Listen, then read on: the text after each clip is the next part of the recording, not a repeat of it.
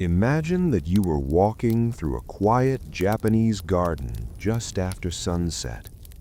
Lanterns glow with a soft golden light. Bamboo leaves whisper in the wind. From somewhere far away, you hear the deep sound of a temple bell. Then, through the mist, you see a shadow. A warrior in armor steps forward. He carries two swords at his side. His helmet has a tall crest. His face is calm, serious, and full of discipline. This is a samurai. Tonight, for about 40 minutes, we will follow him, and through his story, we will travel across more than 1,000 years of Japanese history. We will watch the rise of the samurai, their power, their code of honor, their battles, and finally, their disappearance as a social class. But we will also see how their spirit still lives in Japan today. Close your eyes if you can, relax, and just listen. Let your imagination draw the scenes as we move from century to century. First, we must go back to Japan before the samurai. Long ago, Japan is a land of forests, mountains, and rice fields. People live in small villages, growing rice in wet paddies, fishing in rivers and along the coasts. They worship many gods and spirits, which they call kami, spirits of the mountains, the rivers, the trees, and their ancestors.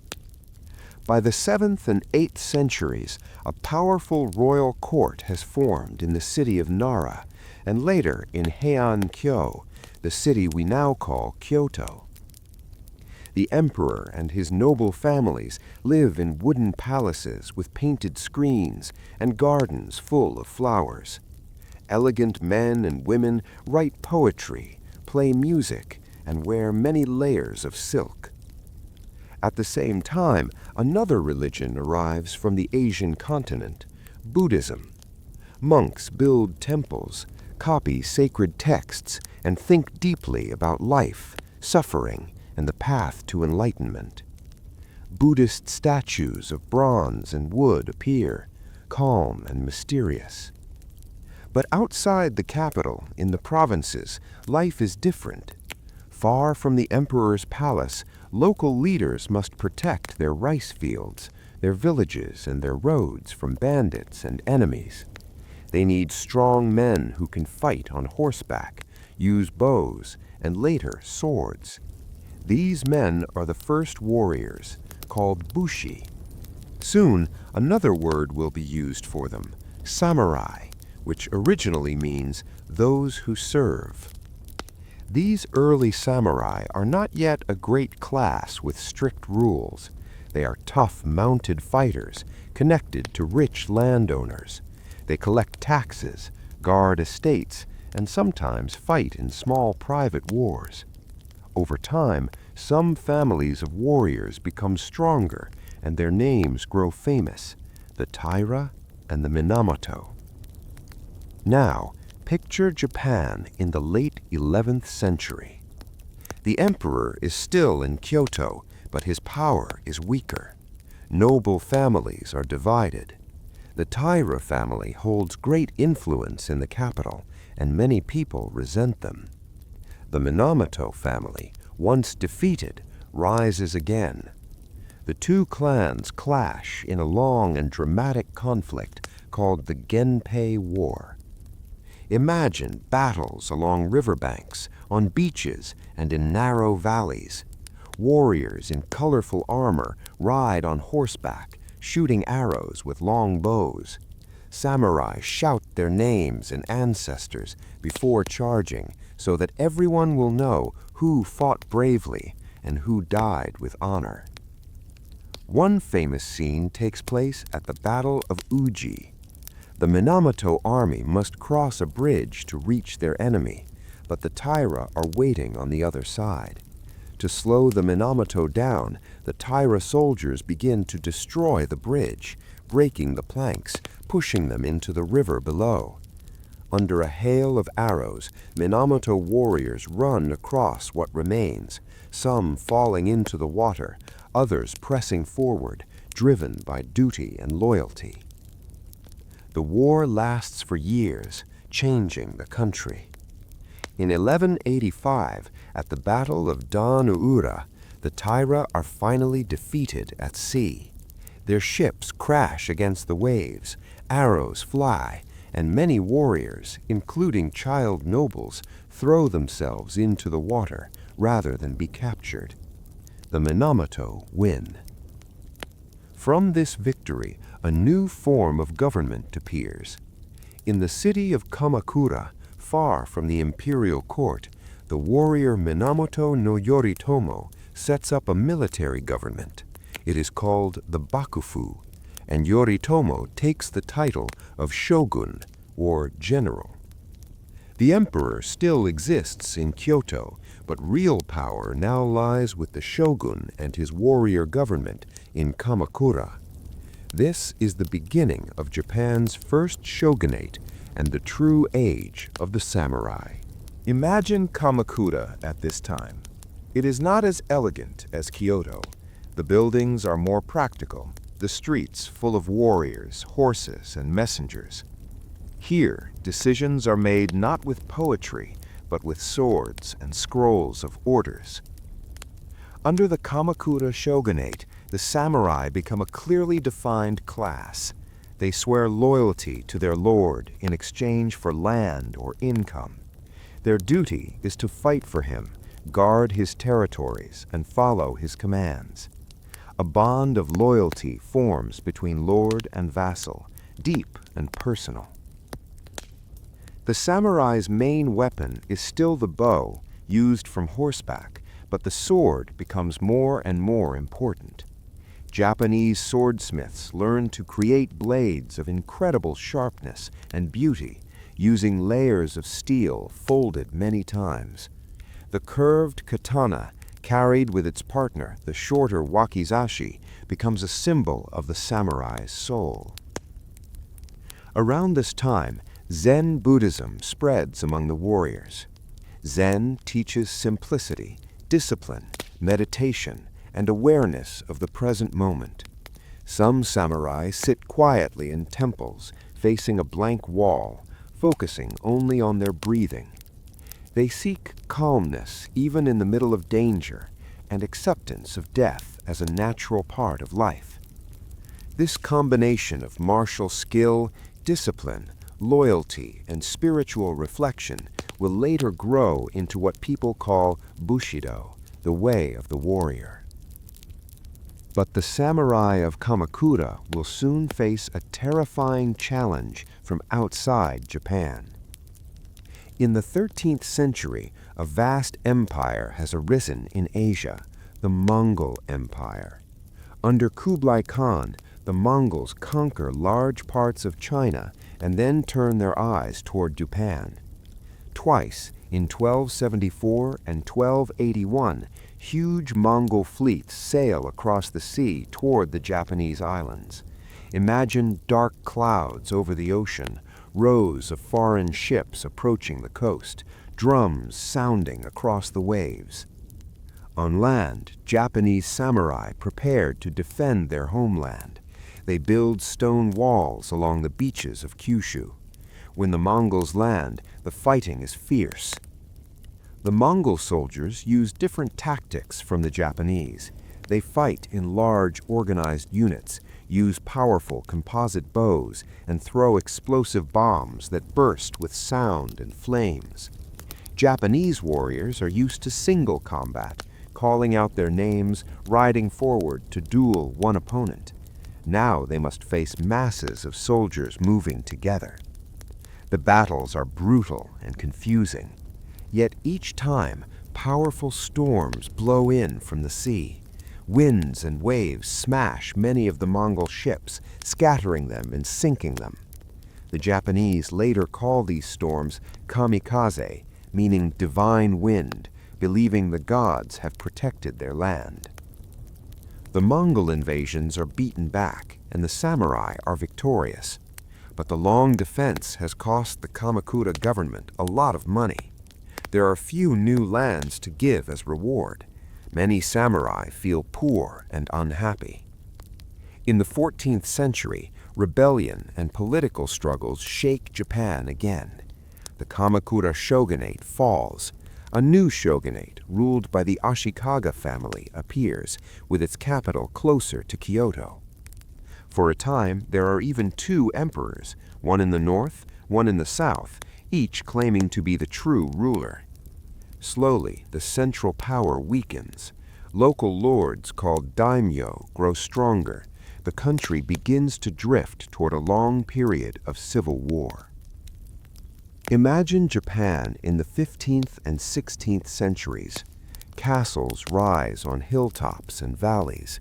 Villages are burned and rebuilt, fields destroyed and planted again.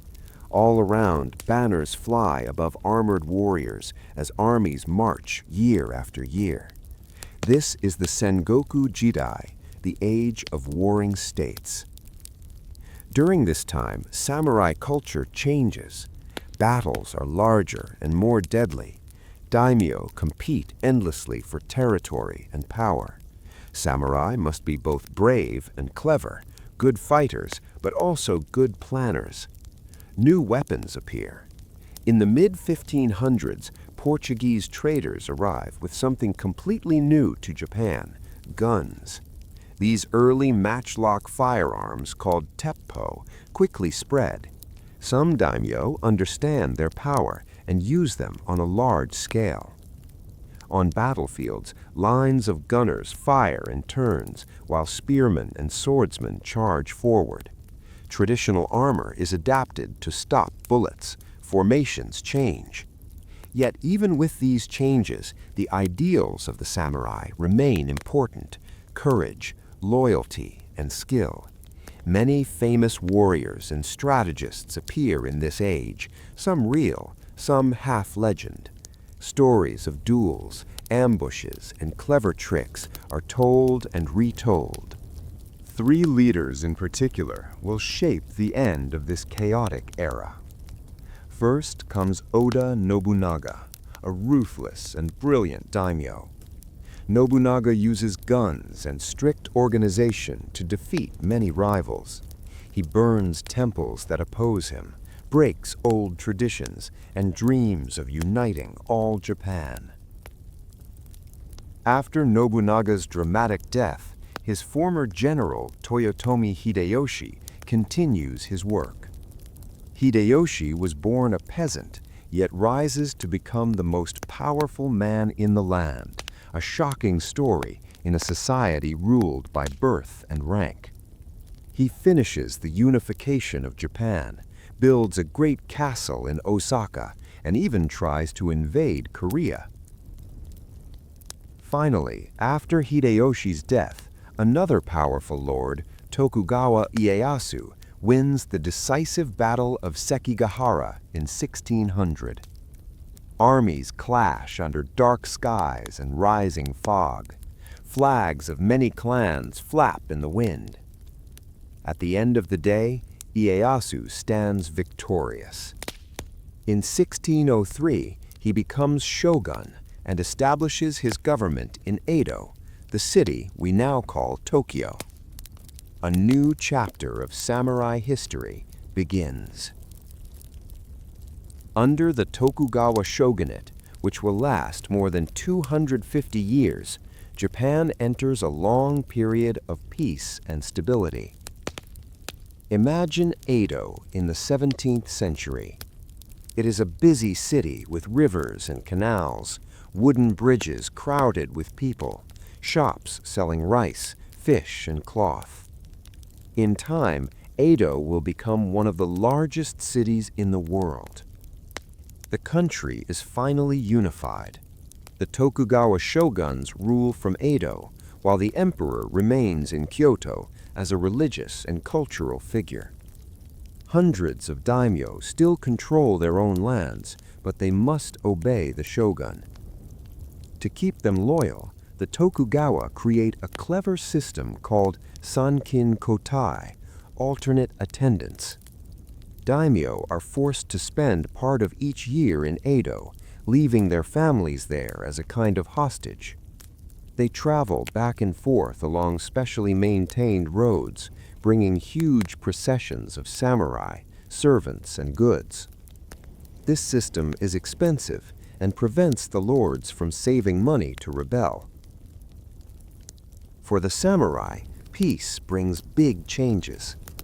In earlier centuries, they lived almost constantly in battle. Now, with fewer wars, many samurai become administrators, judges, teachers, and officials. They continue to wear their swords and keep their status, but much of their work is writing reports and collecting taxes. Their code of behavior grows more philosophical. The idea of Bushido, the way of the warrior, is written and discussed. Different thinkers describe what it means to be a true samurai: loyalty to one's lord, courage even in the face of death, self-control, honesty, and a simple lifestyle. Samurai practice calligraphy, poetry, and tea ceremony. They study Confucian ethics, Zen meditation, and martial arts like swordsmanship and archery. The ideal samurai is not just a fighter, but a cultivated person, calm, polite, and ready to die if duty requires it. Of course, real life is often less perfect than the ideal. Some samurai are poor, some are proud and rude, some drink and gamble. But the image of the noble, disciplined warrior becomes very strong in Japanese culture. One story from this period becomes especially famous: the tale of the 47 Ronin. Imagine a snowy winter night in Edo. A group of samurai move silently through the dark streets. Their armor is hidden under simple clothes. Their swords are sharp and ready. For months they have planned this moment. These men were once the loyal retainers of a lord who was forced to commit ritual suicide after a quarrel with a powerful official. When their master died, they became Ronin, masterless samurai. Instead of accepting this quietly, they chose to take revenge. On this night, they surround the house of the official they blame. They climb the walls, break through the gates, and fight the guards inside. Finally, they find the man and kill him. Then, instead of running away, they turn themselves in. They accept the punishment ordered by the shogun and willingly die by their own hand. Many people in Edo are moved by their story. Some say they broke the law and disturbed the peace. Others say they showed perfect loyalty and courage. Plays, poems, and paintings retell their tale again and again. The 47 Ronin become a symbol of the samurai spirit, loyal even unto death. Meanwhile, outside Japan, the world is changing. European powers expand across the seas. Ships from Portugal, Spain, the Netherlands, and later Britain move around Asia, trading goods and sometimes conquering lands. For a time, Europeans bring guns, Christianity, and new ideas to Japan. But the Tokugawa rulers fear foreign influence and internal rebellion. So Japan adopts a policy often called sakuku, closed country. Most foreigners are banned. Japanese are not allowed to travel abroad. Only limited trade through a few ports, especially with Dutch and Chinese merchants, is allowed. For over 2 centuries, Japan lives in relative isolation, developing a rich internal culture: woodblock prints, kabuki theater, haiku poetry, and new forms of literature and philosophy. But the outside world cannot be kept away forever. Now jump to the middle of the 19th century. In 1853, black steam-powered ships appear off the coast of Japan. They belong to the United States, commanded by Commodore Matthew Perry. The ship's guns and engines are symbols of a new industrial age. Perry demands that Japan open its ports to American trade. The Tokugawa government, facing this modern power, realizes it cannot simply fight. Treaties are signed, opening the country. Many samurai are deeply troubled. They see the shogunate as weak and the foreign presence as a humiliation. Young warriors study Western technology, but also call for the emperor to be restored as the true ruler. Their slogan becomes, "Revere the emperor, expel the barbarians." Tension rises across the country.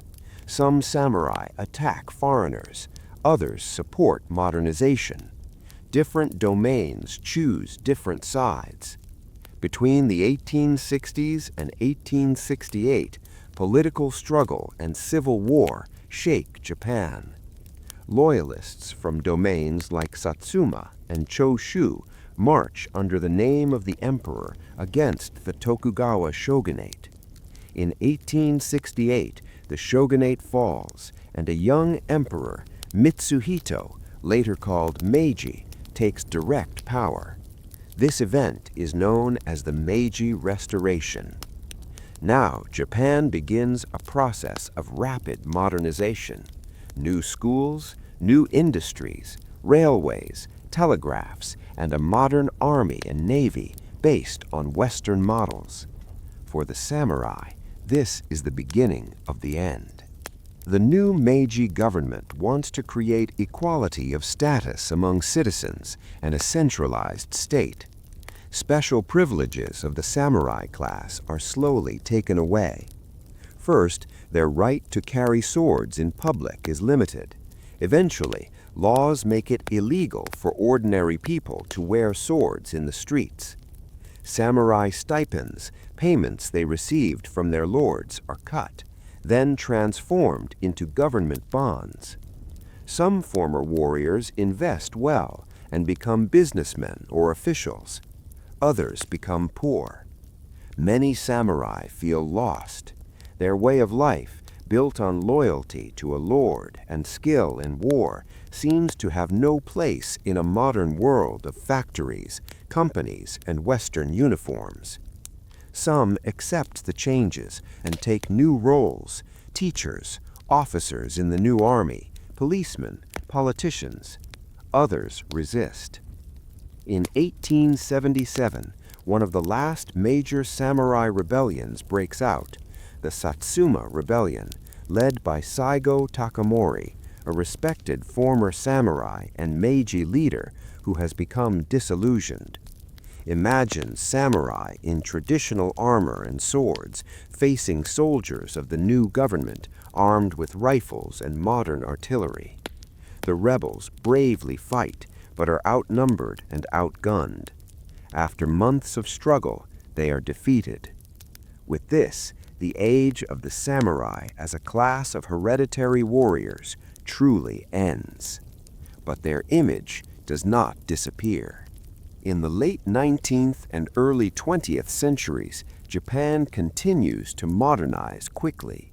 It builds modern factories, schools, and a strong military. The government looks for symbols to unite the people and to encourage sacrifice for the nation. The ideals of samurai, loyalty, self-discipline, courage, are reused and reshaped. Bushido, once a code of personal honor between warrior and lord, becomes a national idea, teaching loyalty to the emperor and the state. In newspapers, textbooks, and speeches, the image of the samurai is celebrated. Some parts of this image are real and noble, respecting responsibility, facing danger calmly, valuing honesty. Other parts are used to justify extreme obedience and even cruelty in war. During the first half of the 20th century, Japan becomes involved in major conflicts, wars in Asia, and eventually the Pacific War during World War II. In this period, some military leaders speak of samurai spirit to inspire soldiers.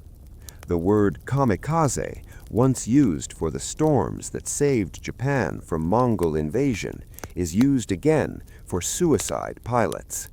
Many people suffered, both inside and outside Japan. After the defeat of 1945, Japan changes direction. The old military system is dismantled. A new constitution renounces war as a right of the nation. The country begins to rebuild as a peaceful, democratic state. Yet the fascination with samurai does not disappear. Instead, it changes. Now, picture Japan today. Neon lights flash in Tokyo's modern districts. Bullet trains glide between cities. High-tech factories produce cars, robots, and electronics. Students carry smartphones and laptops. And yet, in many places, echoes of the samurai remain. In some towns, old castles still stand, their white walls and curved roofs rising above the houses. Inside them, museums display armor, helmets, and swords, carefully polished and protected. In dojos, martial arts schools, students in white uniforms practice kendo, the way of the sword, using bamboo swords and protective masks. Others practice iaido, the art of drawing and cutting with the sword in one smooth movement. They bow to the dojo, to their teachers, and to their classmates, showing respect and discipline. Shrines and temples where samurai once prayed still welcome visitors. At some, statues or small monuments honor famous warriors or tragic battles. People come to reflect, not to glorify war, but to remember history and to think about courage, loyalty, and the cost of conflict. In books, movies, and anime, samurai appear in many forms: wise masters, wandering Ronin without a lord, tragic heroes caught between duty and love, or humorous characters who are brave but clumsy. Directors like Akira Kurosawa create powerful films that show samurai facing deep moral choices, exploring what honor truly means. Around the world, people read manga and watch shows about samurai, practice martial arts inspired by them, or collect model swords and armor. The word samurai has become a symbol of discipline and determination far beyond Japan. But historians also remind us that the real life of samurai was complex. They were not always noble or perfect. They collected taxes, fought in bloody wars, and sometimes committed cruel acts. They served systems that could be harsh and unfair. By looking honestly at both the bright and dark sides of samurai history, we can learn more about human nature itself. So, after this long journey, who were the samurai? They were warriors who rose from local protectors to rulers of a country. They helped defend Japan from invasion, but also fought bloody wars among themselves. They developed a strong code of behavior that mixed duty, loyalty, and self-control, influenced by Shinto, Buddhism, and Confucian thought. For centuries, they shaped Japanese politics, culture, and even art. When the modern age arrived, their class disappeared, but their stories and ideals did not. Today, their image lives in museums, movies, martial arts, and in the way many people